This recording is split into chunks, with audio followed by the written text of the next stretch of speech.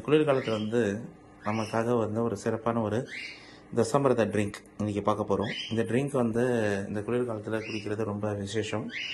இதில் என்ன விசேஷம்னா நமக்கு வந்துட்டு நல்ல ஆரோக்கியத்தை கொடுக்கும். மெயினாக வந்துட்டு சளி, காய்ச்சல், இருமல், தொண்டை வலி இந்த மாதிரி உள்ள பிரச்சனைகள்லாம் வந்து போக்கக்கூடிய ஒரு அருமருந்து. அதை எப்படி நம்ம வீட்டிலே செஞ்சு வாரத்துக்கு இருமுறை வந்து குடிக்கலாம் அப்படிங்கிறது இதில் பார்க்கலாம். இன்க்ரீடியன்ட்ஸ் வந்து இப்போ ஆண்டலமாக சொல்ல போகிறாங்க. இதை பற்றி துளசி, திருநூற்று பச்சை, வெற்றிலை, வேப்பிலை, ஜீரகம், மிளகு, ஓமம், மஞ்சள் தூள், இஞ்சி, மலைத்தேன்.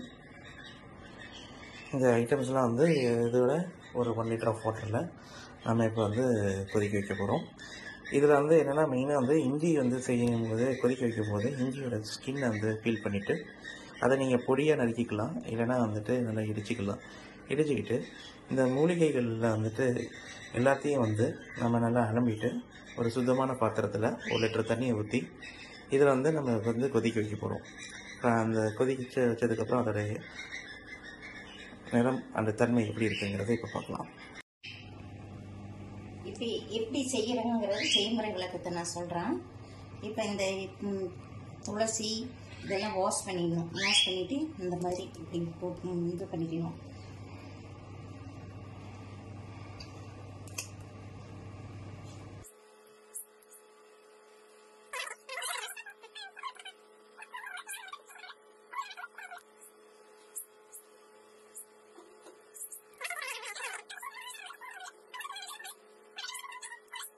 எடுத்து வச்சுக்கலாம்.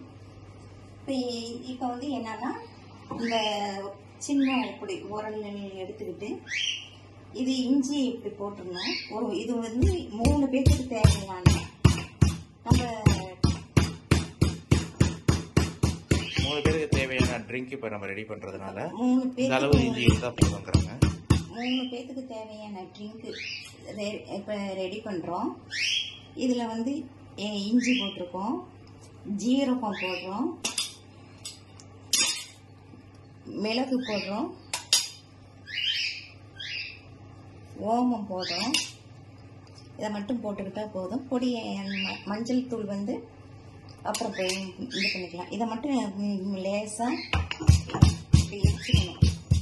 அப்போ தான் அந்த எசன்ஸ் வந்து அந்த மிளகுனுடைய எசன்ஸு இதெல்லாம் இறங்கும்.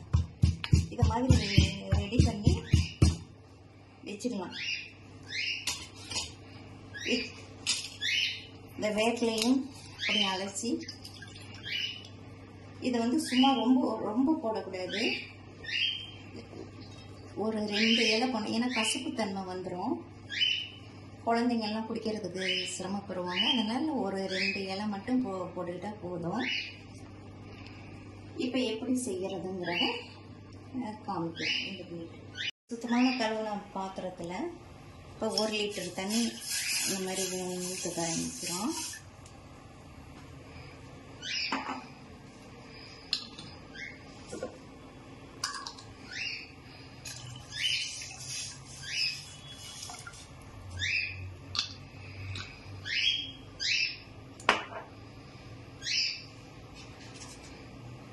இதில் நம்ம வச்சிருக்க மஞ்சத்தூள் அதில் ஆட் பண்ணிக்கலாம்.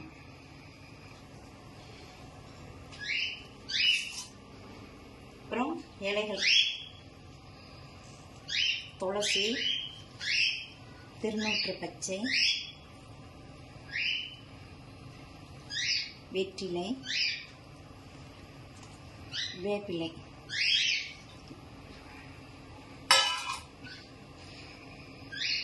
இலைகளெல்லாம் இப்படி போட்டுக்கணும்.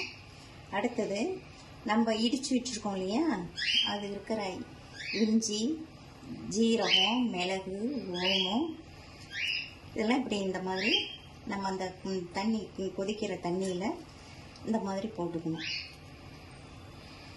போட்டு நல்லா கொதிக்க விடணும்.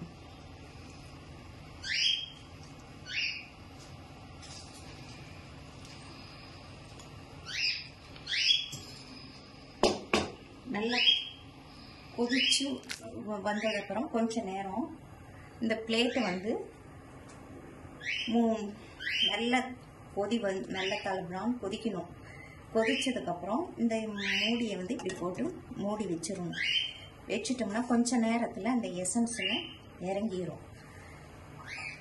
இது வந்து எவ்வளோ நேரம் எடுக்கணும்னா ஒரு 1/2 லிட்டர் வாட்டர் வர வரைக்கும் நம்ம இதை வந்து கொதிக்க 1 லிட்டர் வந்து 1/2 லிட்டர் ஆகிற வரைக்கும் நம்ம கொதிக்க வச்சு இப்போ ஃபில்டர் பண்ணிக்கணும்.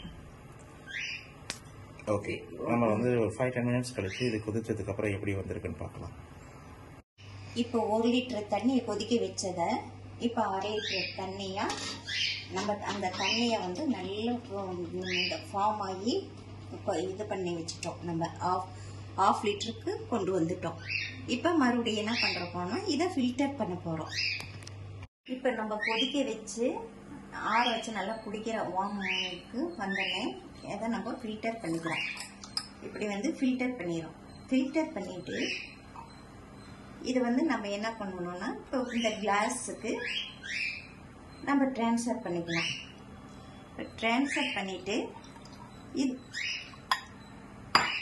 நம்ம வந்து தேன், இந்த தேனை வந்து இதோட நமக்கு எவ்வளோ அளவு தேன் தேவையோ அந்த இனிப்புக்கு தகுந்த மாதிரி, ஏன்னா அந்த கசப்பு வேப்பில போட்டிருக்கனால கசப்பு தன்மை இருக்கும்.